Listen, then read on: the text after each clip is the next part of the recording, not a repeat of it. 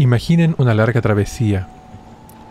No han visto tierra por días y días, y han tenido por únicos compañeros a las olas del mar y las nubes tormentosas.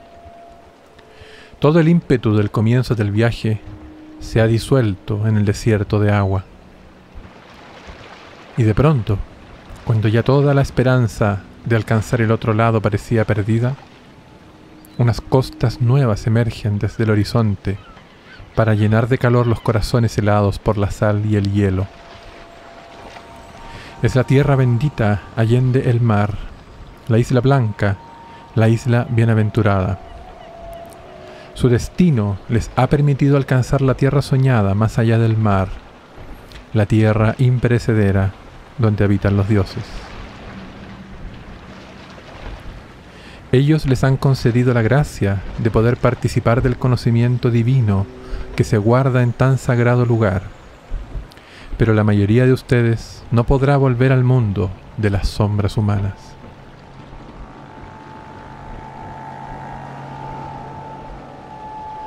Y aunque aquella imposición es más una bendición que un cautiverio, lo cierto es que uno de ustedes deberá volver, luego de su estadía en la tierra bendita, a las tinieblas del mundo dejado atrás.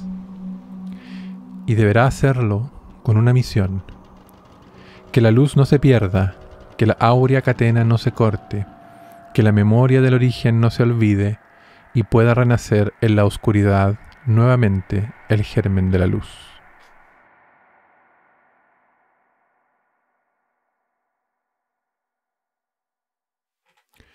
Les doy la bienvenida, queridos oyentes, a este nuevo programa de Hermetis Persona, este proyecto personal de comentarios acerca del mundo hermético y alquímico, acerca de la tradición hermética y alquímica, diría en realidad. Y en este programa quisiera abordar un tema que me parece de lo más interesante y de lo más relevante, y que además fue sugerido por uno de nuestros distinguidos auditores, quien comentó en el video, en el primer video, ¿no? En el video de episodio 1, Alquimia Espiritual, Metáfora Psicológica o Trabajo Mineral. Tarot Evolutivo Niet o NYET comentó: se suele hablar mucho de los alquimistas de la época medieval de Occidente. En el Ayurveda, que data desde hace 5000 años, hacían medicamentos con mercurio y trabajaban con piedras, gemoterapias, etc., entre tantos conocimientos poco divulgados. Una medicina holística que nos habla incluyendo a las emociones y pensamientos. ¿Es posible que los alquimistas occidentales hayan aprendido de Oriente? También están los grandes conocimientos de Egipto, la medicina tradicional china. Saludos. Primero que nada, gracias por el comentario, querido Tarot Evolutivo. Y me parece muy, muy interesante, y por eso decidí hacer este programa para extenderme más respecto a este tema, que me parece muy, muy importante de conversar.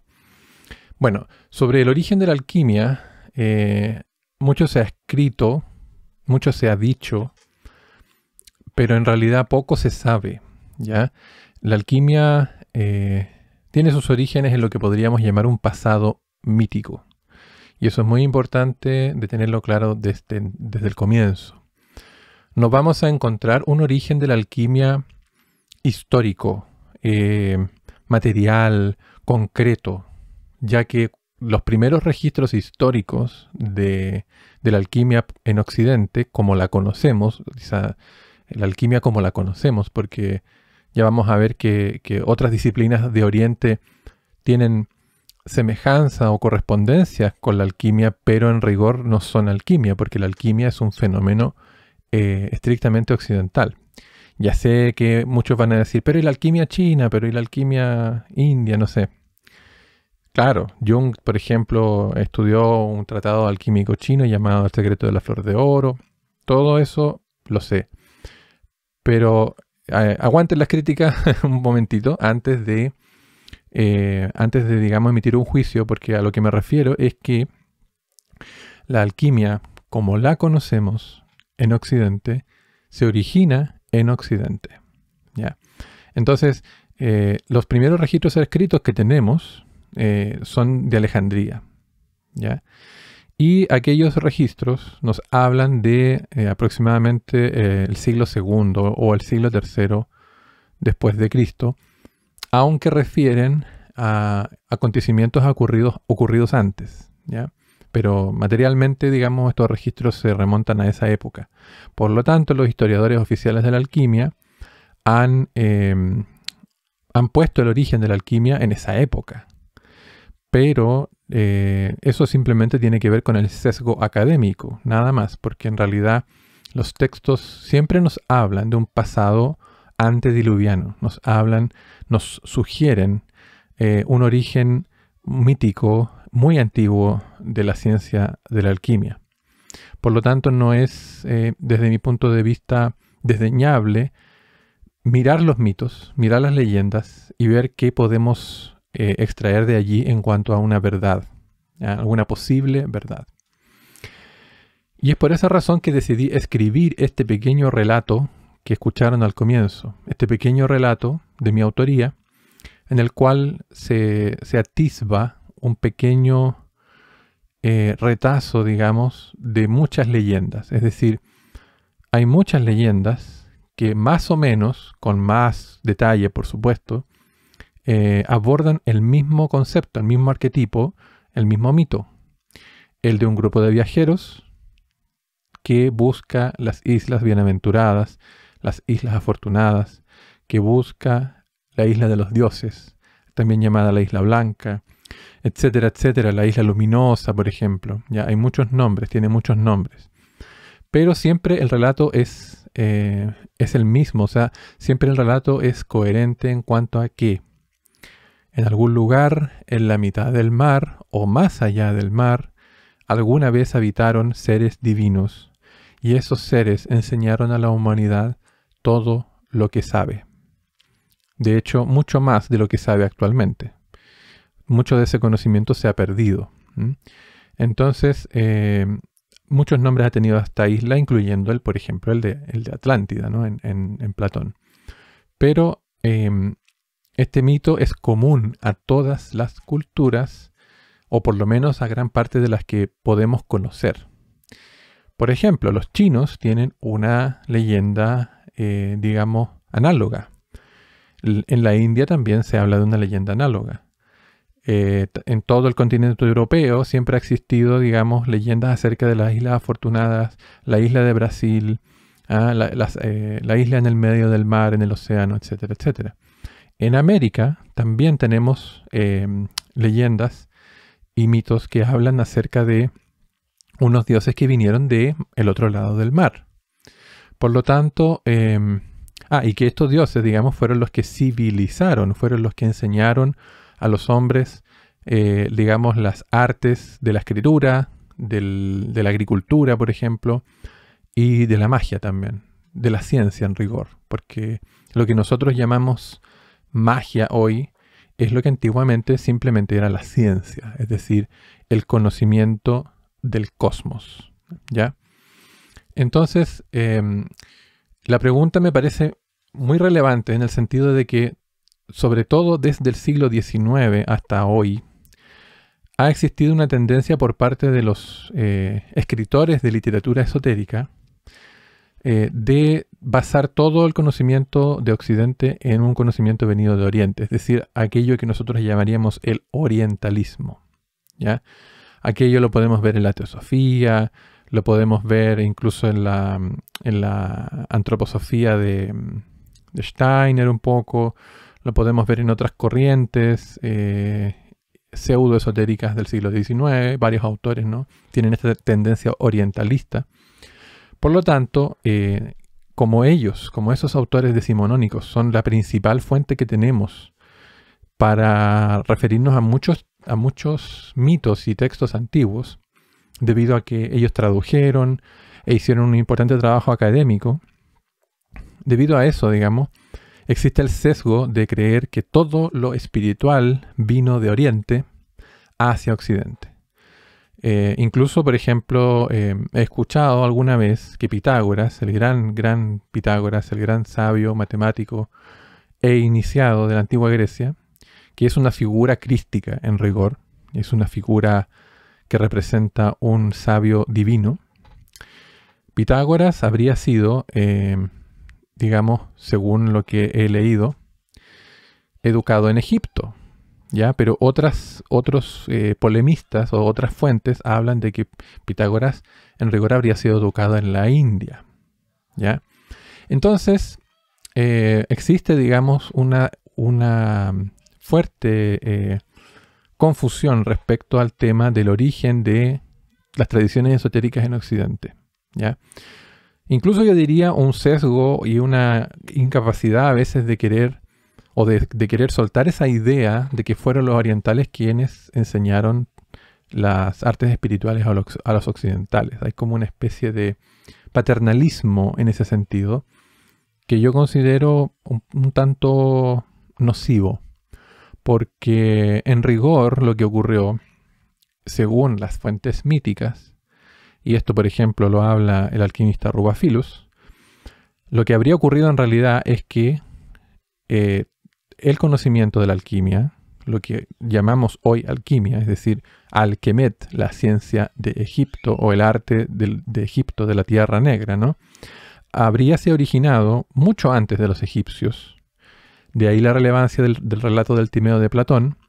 Habríase originado mucho antes que los egipcios en la tierra de la Atlántida, ¿no? Y habrían sido los atlantes, aquella raza prediluviana, es decir, antediluviana, la raza que habitó, digamos, en esa isla antes de que el planeta sufriera una especie de cataclismo, del cual también hay muchos registros, y aquello causara un reseteo de la humanidad. Antes de que ocurriera eso, existió esta raza de seres semidivinos, ¿no? Que habría sido quienes instruyeron a los antepasados de la humanidad actual. Por ejemplo, sumerios y egipcios, en el caso de culturas conocidas. Pero desde mi punto de vista incluso también a culturas americanas, ya culturas americanas como los ancestros de los aztecas, los ancestros de los mayas y los ancestros de los incas, ¿ya? Entonces hay allí una correspondencia. De hecho hay un autor que se llama Artur Salá, que se los recomiendo mucho, o Arturo Salá, que es un escritor físico español que ha hecho una serie de libros titulados Magna Ciencia. Y él habla, por ejemplo, de la presencia de oro alquímico en la antigüedad americana, específicamente en culturas incaicas y del Perú. Por lo tanto, hay toda una historia ahí por descubrir en cuanto a lo que respecta a la tradición alquímica en la era precolombina. Pero volviendo al tema que nos convocaba, ¿no? Que era el tema de la tradición hermética occidental, o por lo menos europea, el mito siempre habla de la llegada del conocimiento desde esta tierra mítica, esta isla más allá del mar. Entonces, los chinos, justamente hablando de Oriente, ¿no? Hablando de la posibilidad de que ellos hayan sido los originadores de este conocimiento, los chinos ya en sus leyendas muy antiguas hablan justamente de que todo el conocimiento ellos lo recibieron de parte de unos seres que vivían en una isla remota más allá del mar, ¿ya? Entonces no es esto algo nuevo en el sentido de decir, digamos que esa leyenda es una leyenda reciente que simplemente surgió con el fin de explicar un conocimiento antiguo, sino que se trata de una leyenda muy antigua, la cual justamente habla de un origen externo. Ellos nunca dicen nosotros este conocimiento lo aprendimos o lo desarrollamos nosotros mismos, sino que lo aprendimos, bien digo, de unos seres divinos, de los dioses, ¿ya? O por lo menos de unos seres que podríamos llamar héroes o seres semidivinos o semidioses. Por lo tanto, aquel arquetipo se repite también en las culturas del norte de América, ¿no? En las culturas americanas, incluso en las culturas de Oceanía, ¿ya? Aunque allí, digamos, hay mucho también por investigar. ¿Cuál es mi punto? Mi punto es decir, ojo, por el hecho de que los orientales hayan preservado un conocimiento antiguo, no significa que ellos lo hayan originado. De hecho, si nosotros nos vamos a ver sus propias leyendas, vamos a darnos cuenta de que, como les decía, ellos nunca se consideran a sí mismos los originadores del conocimiento. Por lo tanto, todo entra ya en el terreno del mito, y eso es muy importante entenderlo desde un punto de vista constructivo, no desde un punto de vista peyorativo. El mito no es algo peyorativo, el mito no es algo negativo, no es algo que deba ser desmentido o desmitificado, sino que el mito, como arquetipo, y arquetipo hablado en términos junguianos, es justamente lo que nos permite conocer una realidad eterna, es decir, algo que es recurrente, algo que se repite, algo que podríamos asimilar de alguna manera al eterno retorno de Nietzsche, ¿no? Pero de una manera distinta, ya que Nietzsche es mucho más literal y radical en su concepto del eterno retorno, mientras que en la tradición hermética se habla más de unos ciclos, ¿no? De unos ciclos que se repiten arquetípicamente, pero que no son exactamente iguales. Dicho esto, digamos, respondiendo ya directamente a la pregunta de tarot evolutivo, ¿no? Me parece que es posible que los alquimistas occidentales hayan aprendido de Oriente. Yo creo que es posible, pero es poco probable. La alquimia occidental tiene su propia tradición, ¿ya? O sea, se originó, digamos, en un ambiente propio y como herencia de los pueblos griegos, de los pueblos romanos, de los pueblos egipcios, ¿ya? Y más antiguamente de los sumerios y los babilonios, ¿no? Ellos habrían sido los preservadores también del conocimiento que legaron los antiguos atlantes. Pero ahí, como les digo, ya entramos en el tema del mito y muchos van a decir, bueno, pero es que la Atlántida es una leyenda, no tiene nada de realidad. Bueno, en ese sentido, ¿qué les puedo decir? Es un mito. Y es un mito en el sentido más profundo y más verdadero del término. No en el sentido de una mentira, de algo que fue inventado para explicar algo que no se conoce. En la alquimia, el que piense así está perdido, porque justamente el alquimista siempre trabaja con arquetipos. Y aquello es algo poco entendido desde mi punto de vista. Es algo que en general podríamos llamar así como una especie de secreto, algo que se ha mantenido, digamos, en las sombras. Por eso mi programa, digamos, del comienzo de la alquimia como entre espiritual o material, o etcétera, etcétera, ¿no? Puede ser polémico y puede haber gente que no esté de acuerdo, y estoy seguro que hay gente que no va a estar de acuerdo, porque hoy en día nosotros tendemos a ver las cosas exclusivamente desde la óptica actual, y creemos que los antiguos veían las cosas igual que nosotros, solo que recubierta de mitos y de leyendas. Pero nada más lejos de la verdad. Los antiguos veían el mundo de otra manera, completamente.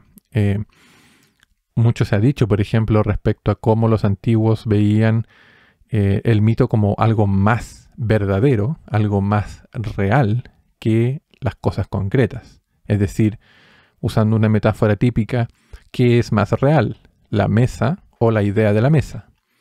Para nosotros, seres concretos del hoy, la mesa va a ser siempre, la mesa, digamos, física, va a ser siempre más real que la idea que tenemos de esa mesa. Pero para los antiguos no. Para los antiguos era justamente lo contrario. Era la idea de la mesa la que tenía preeminencia por sobre la mesa física. Porque la mesa física, no importa de qué madera la hagan, no importa que la hagan de piedra y dure millones de años o miles de años, eventualmente se va a degradar, eventualmente va a desaparecer. En cambio, la idea de la mesa reside en un espacio eterno, en un espacio arquetípico, en un espacio intocable, digámoslo así.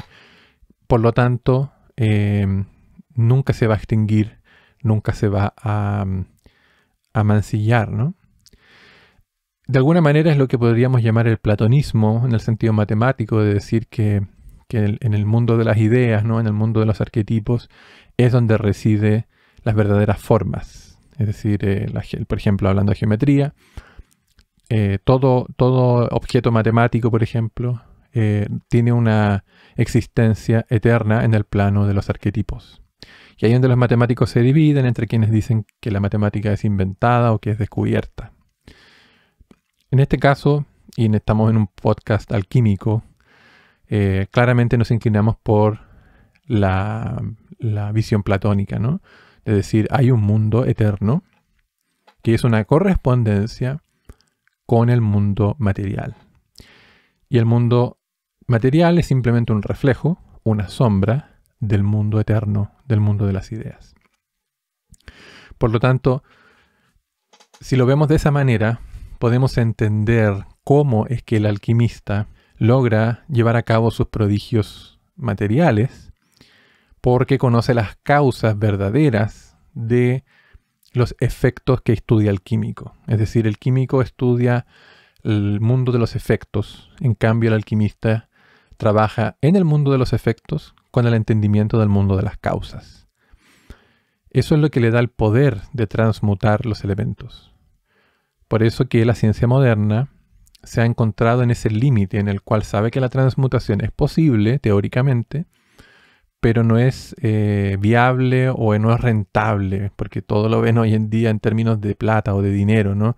Es decir, hoy podemos hacer oro, pero sale tan caro hacer el oro que mejor no lo hagamos, ¿ya?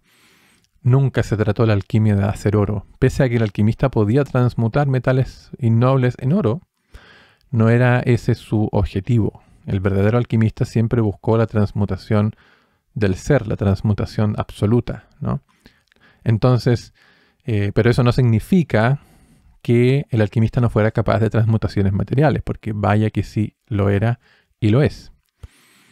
Entonces, queridas escuchas de este podcast, la esencia de mi respuesta radica en decir, a mí me parece que hay suficiente evidencia desparramada por este mundo que nos habla de una cultura anterior, que nos habla de una cultura original, la cual, digamos, dio origen a muchos de los conocimientos, en realidad a todos los conocimientos que tuvo el ser humano en la antigüedad.